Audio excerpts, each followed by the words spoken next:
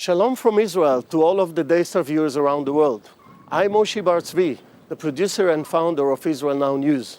We at Israel Now News are dedicated to bringing you the full story and the truth about Israel from Israel.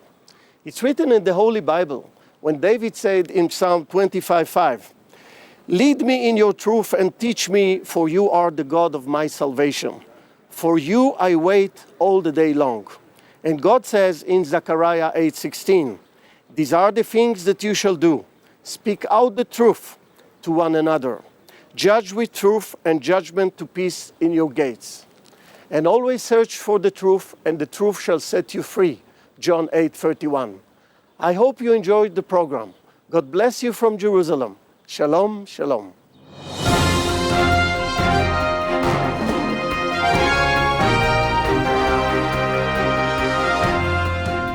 Welcome to Israel Now News. I'm Yochanan El-Rom. And I'm Erin Viner. In our top story, U.S. Secretary of State John Kerry said Israel risked becoming an apartheid state.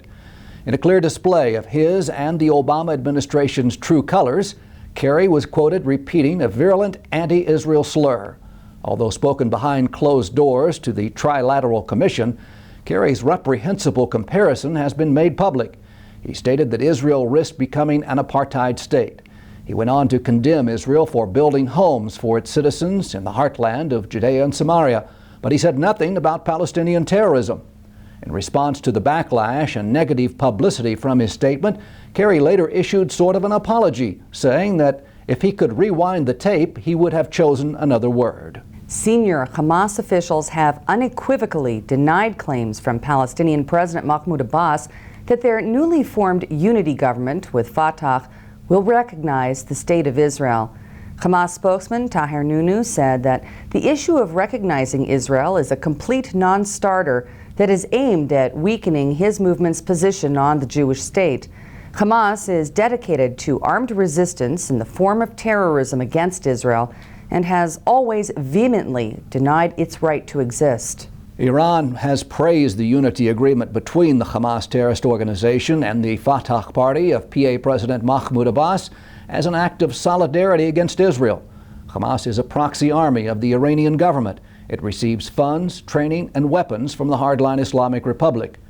A statement released by the Iranian Foreign Ministry said Tehran supports the reconciliation and adoption of decisions in line with the materialization of causes against the expansion of the Jewish state. The European Union is also welcoming the agreement between the Hamas terror organization and the Fatah party. EU Foreign Policy Chief Catherine Ashton released a statement saying that the organization of 28 member states has consistently supported intra-Palestinian reconciliation, making no mention that the unity government is being formed with a group that the European Union itself, along with the United States, Canada, Japan, Australia, and Egypt, have designated a terrorist organization. An Egyptian court has sentenced the leader of the Muslim Brotherhood and another 682 members of the terrorist organization to death. This comes 1 month after another 529 members of the terrorist group were given the death sentence.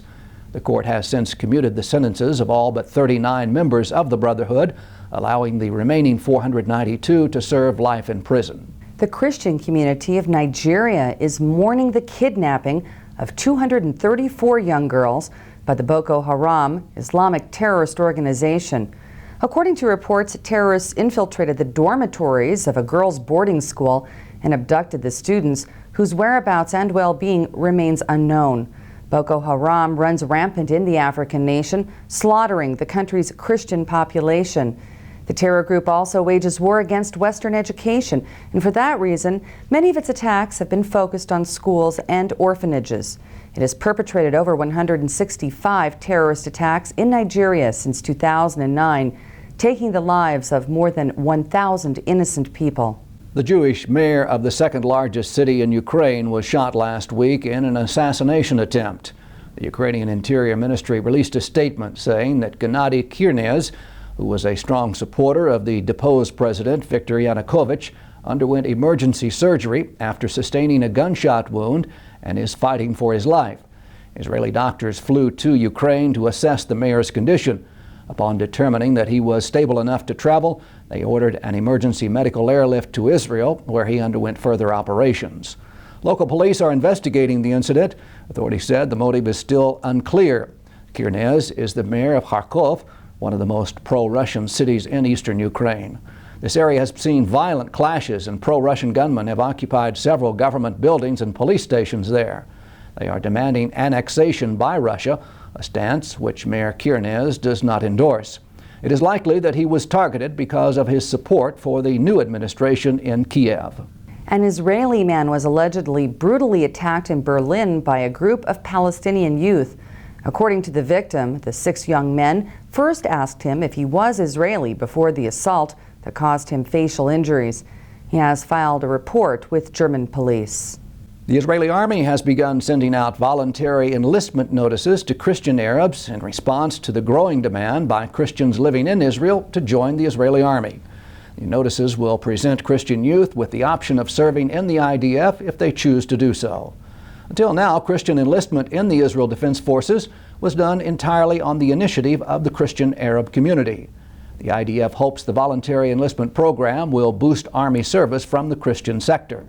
Father Gabriel Nadab, the founder of the Forum for Christian Enlistment into the IDF, released a statement saying, "This is a crucial step in improving the ability of the Christian community to become a part of Israeli society, with the rights and the obligations that come with such a process." He went on to explain that Palestinian Muslims have tried to prevent Christians from integrating into Israel by using intimidation and violence. But he said this is not the Christian path, adding that the new generation wants to integrate. "We have a joint faith with our Jewish brothers in this land, and we must contribute to the defense of this country along with the Jews." In response to the Palestinian Authority decision to ally itself with a group dedicated to the destruction of the Jewish state, Jerusalem has begun implementing sanctions against Ramallah. Israel collects and distributes taxes on behalf of the Palestinian entity, despite the enormous debt that the Palestinians owe to Israeli companies, including more than $285 million just to the Israel Electric Company. Israeli news sources are reporting that the Knesset has begun to repay some of the PA's outstanding debts with those collected taxes. In an interview with CNN, Israeli Prime Minister Benjamin Netanyahu spoke about the alliance with Hamas and the breakdown of the peace talks, saying that he refuses to accept a Palestinian state that fires missiles at Israeli cities and is an offshoot of Iran. Adding that Israel seeks a peaceful solution, Netanyahu made it clear that if he cannot negotiate with this Palestinian government, he will seek other avenues. Sirens sounded and all routine activity stopped for several minutes last Monday morning as the State of Israel observed Holocaust Remembrance Day. Official ceremonies were held at the Yad Vashem Holocaust Memorial, where 6 Holocaust survivors lit torches representing the 6 million Jews murdered during the Holocaust. In his speech on Yom HaShoah, Israeli Prime Minister Benjamin Netanyahu addressed Mahmoud Abbas's recent reconciliation with the Hamas terrorist organization by saying that Abbas has formed an alliance with the group that wants to carry out another Holocaust. He said Hamas denies the Holocaust while trying to bring about a new Holocaust through the destruction of the State of Israel. However, he added, the difference today is the Jewish people have a sovereign state with an army to prevent that from happening. Sirens will sound throughout Israel again tomorrow as the country collectively mourns its fallen soldiers and victims of terror attacks.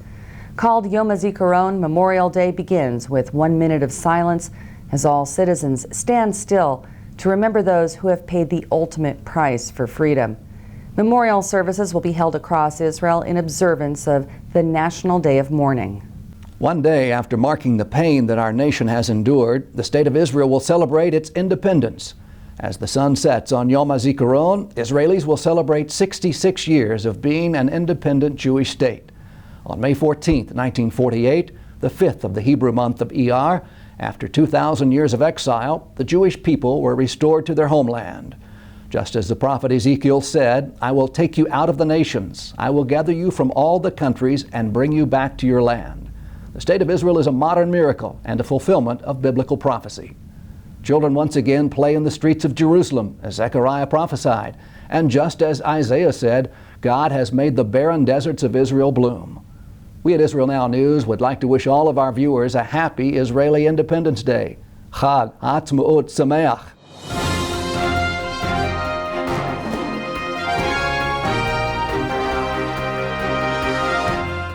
More than 1 million Jewish children have been killed by abortion in Israel since 1948. Israel is currently engaged in a demographic war for its very survival as a Jewish state. Imagine what a difference 1 million more Jews would have made for Israel. Friends of Efrat saves the lives of thousands of children every year by providing support to pregnant women in distress. Since 1977, Efrat has saved over 30,000 lives and is recognized as a world leader in preventing abortions. You can play a major role in Israel's survival now by helping us save Israel's unborn children.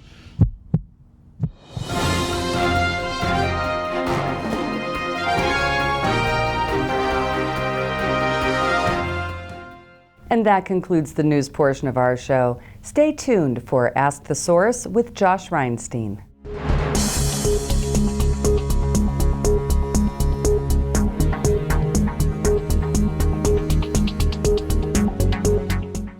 Hello and welcome to Ask the Source. I'm your host, Josh Reinstein, and we're here in yet another beautiful day on our rooftop studio in Jerusalem. My guest today is Akiva Tor. He's the bureau chief of the Department of Religious Affairs for the Foreign Ministry. Akiva, thank you for being on the show. Thank you for inviting me. Tell our viewers a little bit about what is the Religious Affairs Department of the Foreign Ministry. Well, this is the Department of the Foreign Ministry, which is interested in the relations of the State of Israel with the religions of the world. And of course, with Christians around the world who are great friends of Israel. And our job is to find the way, being the country which has so many holy sites, to have excellent relations with religions and with their peoples, and to tell Israel's story. You know, people are making the case that evangelical Christians or Bible-believing Christians are the ambassadors of Israel today. What can the average evangelical Christian do to support Israel? First of all, to be very knowledgeable about Israel and its political struggles and its economic success and the story of Israel, and to tell this story to your compatriots and fellow citizens. I think this would be the primary thing which evangelicals who love Israel can do for Israel. Now, the Foreign Ministry represents Israel around the world, but do you actually have a department that gives information about Israel or does advocacy on behalf of Israel? Certainly. First of all, we have 103 embassies and consulates around the world, and one of their primary jobs is to tell Israel's story to the countries which they are located. Every one of those embassies or consulates which is located either in a major city or in a capital has information and has an information officer and would be happy to work with you. You know, in America, people know about the evangelical Christians as the strongest supporters for Israel. Has the Foreign Ministry seen the untapped resources of Bible-believing Christians in places like Brazil or China or even Africa? I think certainly not enough. And it's something that we absolutely need to do more, and we are trying to learn and to do a better job. Some people suggest that working with Christian leadership on the ground in these countries would help Israel's position around the world. Is there any considered effort to do that on behalf of the Foreign Ministry or with the embassies? Look, I would really put it this way. I think that when Israel is looking for friends and allies, we are basically looking for people who understand our story and are knowledgeable about Israel's political efforts to make peace with its neighbors in the region. And that itself, Israel's story and knowledgeability about Israel and its struggles, is what helps Israel succeed everywhere. And if there are people, evangelical Christians, who are concerned about this issue and want to learn about it, that's what helps, and that's what we are looking for. Israel is celebrating its 66th birthday this week. They say that Israel is no longer a child, it's middle-aged. What are some of the challenges or some of the great achievements that you see will happen in the coming year? Well, I would say that in the lives of countries, Israel is not yet middle-aged. I think that we're still perhaps slightly past adolescence, and we have a number of very major challenges ahead of us. The first challenge, I think, is the search for peace in our region, which we are pursuing as hard as we possibly can, and our leadership is completely committed to it. The second part is, and part and parcel of that, is maintaining our security in a region which is difficult. And the third part is making Israel a better country for all of its citizens, Jews and non-Jews. That means having a competitive and compassionate economy and society. And our job is to continue to grow and to continue doing, I think, what has been a very, very successful 66 years, and to continue that. Faith-based diplomacy is seen as the most potent arsenal in our diplomatic bag today.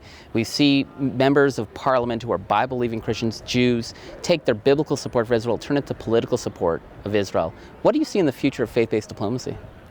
Again, I think that the issue of faith-based diplomacy and where it comes from is that people who are faith-based care about the truth and care about justice and care about a truth which is past politicking. And therefore, these are obvious audiences for Israel to speak to, because Israel's tale is very, very compelling. And therefore, we will always be looking for people who, faith-based communities, those are communities that we are going to want to talk to, because those are communities who care, and care about all of the people of this region living well and living fairly and in justice with each other. And anyone who is like that will be a natural ally of Israel. You know, when Israel makes the case for Israel, it also talks about international law, UN resolutions, but very rarely goes to the source, the Bible, which is the reason why we're actually here. Do you see the foreign ministry talking more about our biblical roots to the land here? We have to talk to a world which is not only a believing world, we have to talk to a world which is not only a biblical world. And while it is true that the roots, the historic roots of the Jewish people are based on history, and history as it is recorded in the Bible, the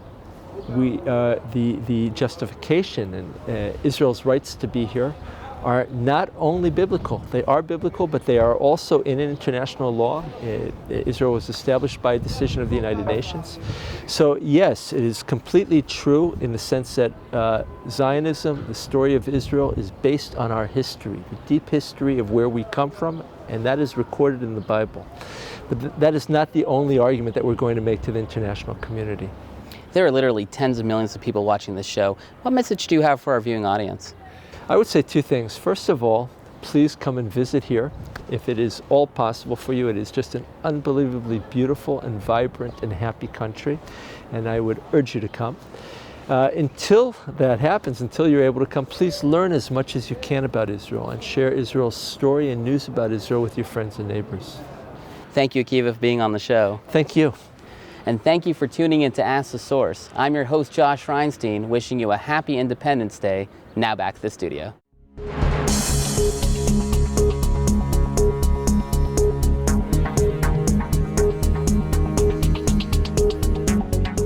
It is heartbreaking to learn that there are over 40,000 abortions in Israel every year, many of which are due to financial concerns. The Efrat organization saves the lives of thousands of Jewish children each year by providing support to pregnant women in distress. Please help us save thousands more.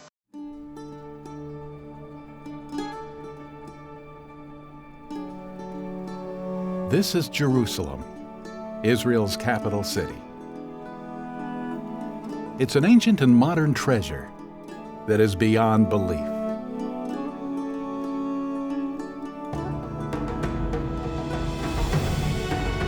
There's a little bit of Israel in all of us.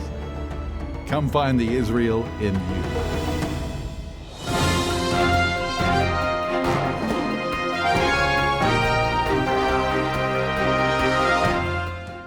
Up next, shining light from Israel.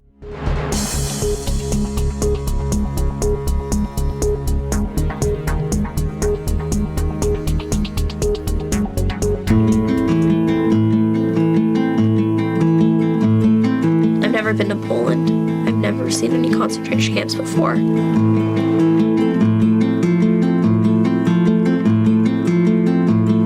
We are joining 10,000 Jewish people in Israel and in Poland.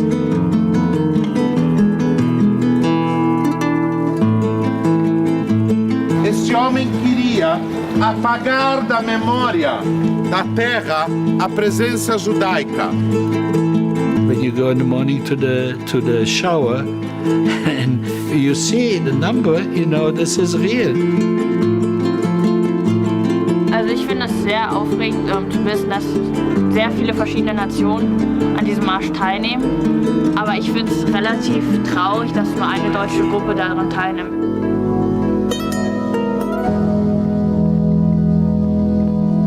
I remember my mother standing behind me and saying, "Don't forget to tell them you are 14. It seemed to have been the magic number for workers. Você fazer essa jornada como se você estivesse lá, para você sentir na pele 1/100º do que eles sentiram na época. When friends of mine were selected, they knew where they're going. They said to me, "Ziggy, please, if you survive, you tell the story."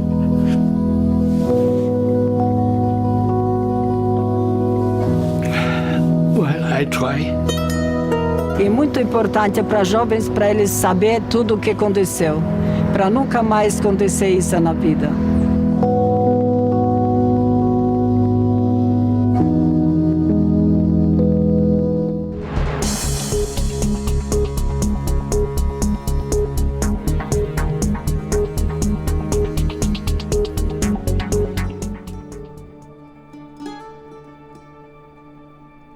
Anywhere else, this would be a vacation by a lake.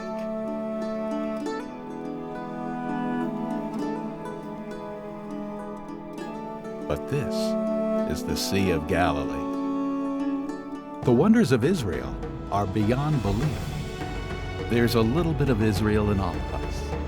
Come find the Israel in you.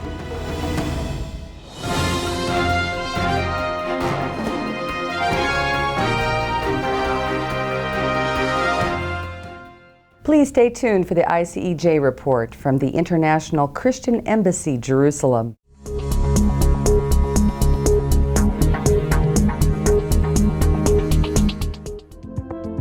In 1980, the Israeli parliament passed a law declaring a united Jerusalem as the eternal capital of the State of Israel.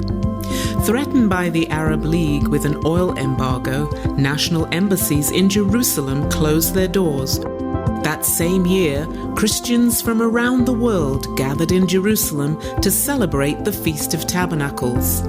Sensing the isolation of the Israeli people, the participants and leaders of this gathering decided to establish the International Christian Embassy in Jerusalem. It's always important for us to remember that the Christian embassy was actually established out of the Feast of Tabernacles. And this is something which marvels me until today, to think that for now more than 30 years, Christians are coming from all over the world to celebrate with us a Jewish festival, Sukkot. Ray, what is your experience with that? Just for me personally, it's such an amazing expression of unity of the body of Christ to see so many Christians from so many different backgrounds, from so many different faith origins, and they come to Jerusalem and everything is kind of put aside with just this heart and intent to number one, worship the Lord, but then also to want to be a blessing to this nation and an encouragement to this nation. I think it's a great opportunity for people to come, and it's a great season for people to come and visit Israel. You are traveling all over the world. You know what it means to see churches all over the world supporting Israel. Yeah, we not only have a mandate here in Israel, but we also have it in the nations. Yes. And in the nations, we serve the local body of Christ with our message. Jesus at the center, his character of covenant-keeping God highlighted in his dealings with Israel. And the Lord has been good to us. We've been able to touch the whole nations. We raised the global prayer on behalf of Israel, and we are acting as a bridge between the Gentile nations and Israel. And we do all this because we know that whoever blesses Israel shall be blessed. Actually, to bless Israel, practically there's much more than just coming here as a visitor to this land. Nicole, what can people do in order to help Israel very practically? Well, since Israel was established as a nation, you know that they've been very successful in a great many areas. However, there's still a lot of challenges that Israel faces today in the area of social needs. And it gives us an opportunity as Christians to reach out in a practical expression of love and support for this people and to say to Israel that she's not alone.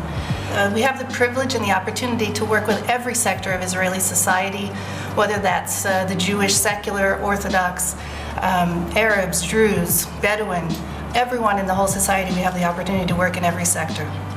I like what 1 Corinthians 13 says, the love chapter, how it describes love as patient and kind. It also says that love rejoices in the truth. As Christians, we want to be out there, and we carry out our media publications initiative through many mediums. We have a daily news service where reports go out by email. We also post it on our website, www.icej.org. And we have a weekly radio program, Front Page Jerusalem, heard on about 100 Christian radio stations across North America, also around the world. We have weekly TV spots now on Daystar. We're going to be working with God TV on a weekly program called Word from Jerusalem. And our monthly magazine is also called Word from Jerusalem, which it gives you updates about our events, our activities, also current affairs, analysis, I think most important Bible teachings about Israel. And I think when you get to the core of it, we want to speak biblical truth to the church, to the nations about Israel. You just had the privilege to meet our leadership team here in Jerusalem and to be part of one of our strategic meetings which take place every single week here. Here we strategize, we plan, we think about how we can bless Israel at the best. And I want to invite you personally today to partner with the International Christian Embassy here in Jerusalem. We are your embassy. We want to be there for you in order to convey your blessings and to convey your love to the Jewish people. Please stand with us, please pray for us, and prayerfully consider to support us financially. Thank you so much, and may the Lord bless you here out of Zion.